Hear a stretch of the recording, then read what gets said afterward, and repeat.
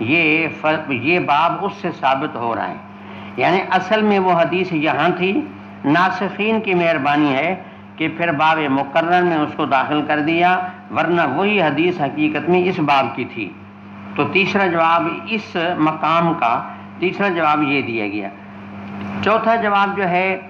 وہ یہ ہے کہ اصل میں باب لاحق میں جو حدیث آ رہی ہے، یہ بلکہ آخری جواب ہے یہ، یعنی یہاں باب فضل علم کا یہ جو مقام ہے اس کے 4 جواب گویا ہو گئے. چوتھا یہ ہے کہ باقی ویسے میں نے عرض کیا کہ اس قسم کا جو باب بلا حدیث مسند ہوتا ہے اس میں 5 جوابات میں نے آپ کو اور بھی بتائے، اور بالخصوص یہاں 4 جواب ہیں. ان میں جو آخری جواب میں عرض کر رہا ہوں کہ امام اپنے مسئلہ کو باب لاحق کے حدیث سے ثابت کیا ہے. باب لاحق آپ تھوڑا کتاب نظر ڈالیں گے تو آپ کو بات سمجھ میں آ جائے گی.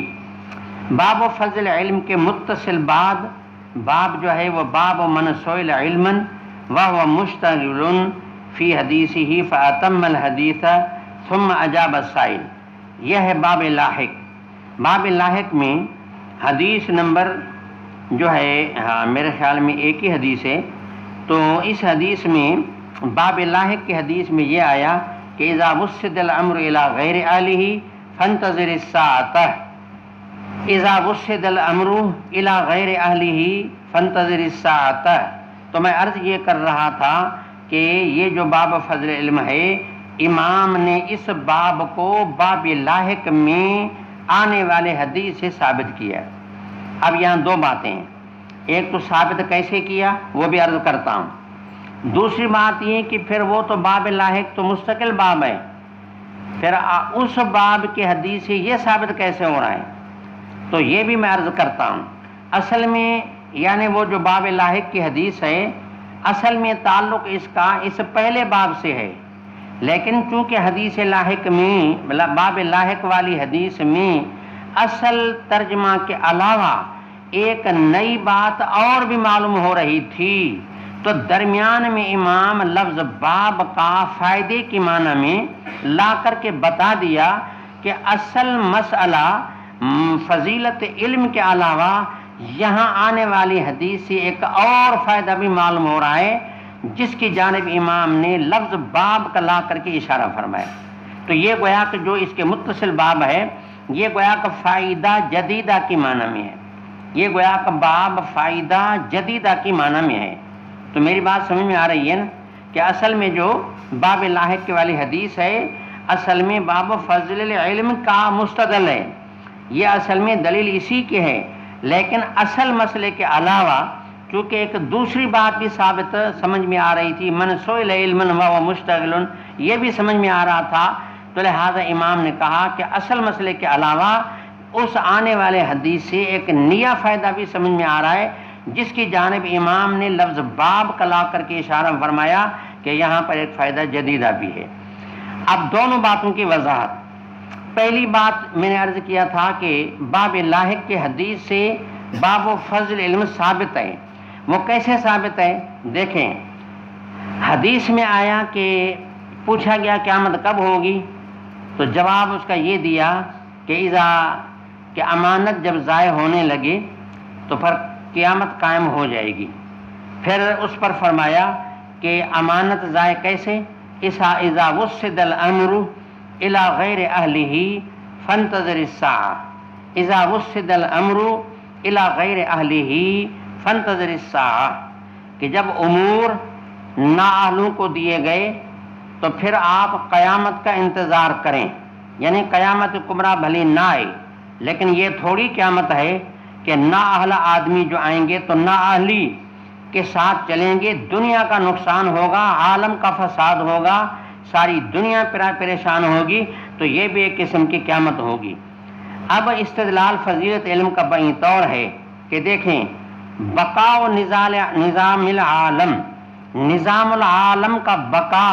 اس کا دار و مدار اس پر ہے کہ امور اہلیت والوں کو دیے جائیں، امور اہلیت والوں کو دیے جائیں، منصب ان کو دیے جائیں کہ جن میں صلاحیت ہو. بقا کا دار و مدار اس بات پر ہے، لیکن اس بات کا کہ امور کیا ہیں اور ان امور کے اہلیت والے کون ہیں اور ان امور کی صلاحیت کن میں ہے، تو امور کو اور اہلیت کا سمجھنے کا دار مدار علم پر ہے۔ آپ ایک بار پھر کہتا ہوں کہ نظام العالم کا بقا اس امور اور یہ ہے کہ یعنی جو اس کے اہالی ہیں، اہلیت والے ہیں، یعنی اس کا بقا کا دار مدار اس بات پر ہے کہ امور اہلیت والوں کو دیے جائیں اور نہ والوں کو نہ دیے جائیں۔ لیکن امور کیا ہیں، اہلیت والے کون ہیں، اس کے لیے علم چاہیے کہ آدمی بات کو سمجھے کہ منصب کیا ہے، کون سا منصب ہے، اس کے لیے کس کس بندے کی ضرورت ہے، پھر دیکھا جائے کہ وہ کون سا بندہ ہے جس کے یعنی اس منصب کی اس میں اہلیت ہے، اس کا دار مدار علم پر ہے۔ تو سمجھ میں آیا کہ نظام العالم کا بقا علم پر ہے۔ جب ساری دنیا کے نظام کا دار مدار علم پر ہو گیا تو معلوم ہے کہ علم تو فضیلت والی چیز ہے، وہ اسی سے اس علم کی کیا ہو گئی، فضیلت ثابت ہو گئی۔ باقی رہ گیا کہ امور اہالی کا سمجھنا علم پر کیوں موقوف ہے، وہ اس لیے موقوف ہے کہ جاہل ہوگا، نادان ہوگا، جن کو منصب کا پتہ نہیں تو پھر ان کو اہلیت والوں کا پتہ بھی نہیں ہوگا، تو للو پنجو ہر کسی کو منصب دے دے گا۔ پھر جب منصب کی حقیقت کا پتہ نہیں اور یہ کہ کون لائق کون نالائق ہے تو یہ کام جاہل ہی کرے گا، علم والا ایسا کام نہیں کرے گا۔ علم والا صحیح فیصلہ کرے گا کہ اس منصب کا فلاں بندہ اعلیٰ ہے، لہذا یہ منصب اسی کو دیا جائے۔ تو امور اور اہلیت کے سمجھنے کا دار مدار علم پر ہے، تو اس علم کی کیا ہو گئی، فضیلت ہو گئی۔ باقی رہ گیا کہ آنے والے حدیث سے فائدہ جدیدہ وہ یہ تھا کہ من سئل علما، اصل میں حضرت صلی اللہ علیہ وسلم نے کوئی بات کر رہے تھے اور بات کرتے کرتے کسی نے درمیان میں آ کر کے یہ پوچھا کہ قیامت کب قائم ہوگی،